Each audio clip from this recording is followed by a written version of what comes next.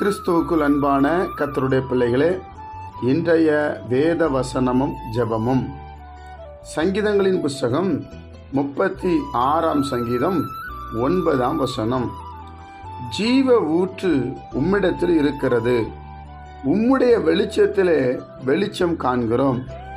என் அன்பு கர்த்தருடைய பிள்ளைகளே, சங்கீதக்காரனாகிய தாவீது இப்படி எழுதுகிறார், ஜீவ ஊற்று உம்மிடத்தில் கர்த்தரிடத்தில் இருக்கிறது, உம்முடைய வெளிச்சத்தில் நாங்கள் வெளிச்சத்தை பார்க்குறோம் என்று சொல்லுகிறார்.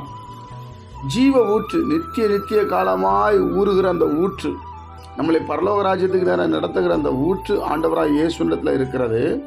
அவர் வெளிச்சத்தில் இருக்கிறார், அதனால் அவருடைய வெளிச்சத்தில் நம்ம வெளிச்சம் பார்க்கிறோம். இயேசு ஒரு மனிதன் பார்த்தால் அவன் எல்லா சுவாபமும் மாற்றப்படுகிறது.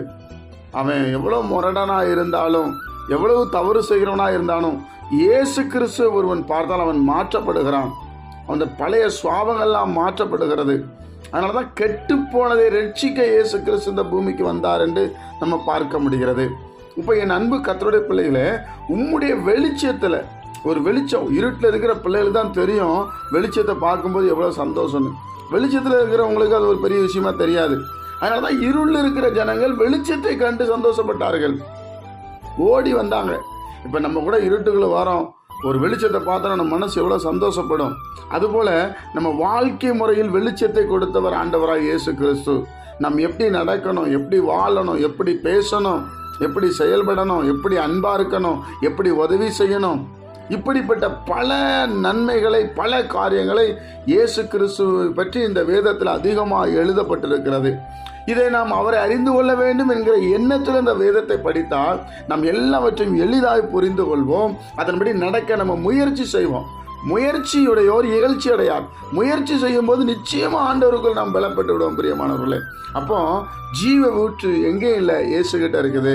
வெளிச்சம் எங்கேயும் இல்லை, இயேசுகிட்ட இருக்குது.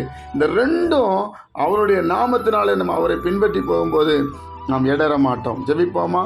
பிதாவே, உம்முடைய குமாரன் இயேசு கிறிஸ்துவின் நாமத்தில் வருகிறோம்.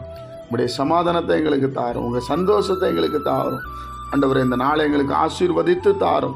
இதை கேட்கிற ஒவ்வொரு பிள்ளைகள் ரட்சிக்கப்பட்ட இயேசுவின் நாமத்தினாலே அற்புதங்களை பெற்றுக்கொள்ளட்டும். உம்முடைய நாம மகிமைப்படட்டப்பா. நீரே பெரியவர். எங்களை தாழ்த்துகிறோம் இயேசுவின் மூலம் பிதாவே. ஆமென்.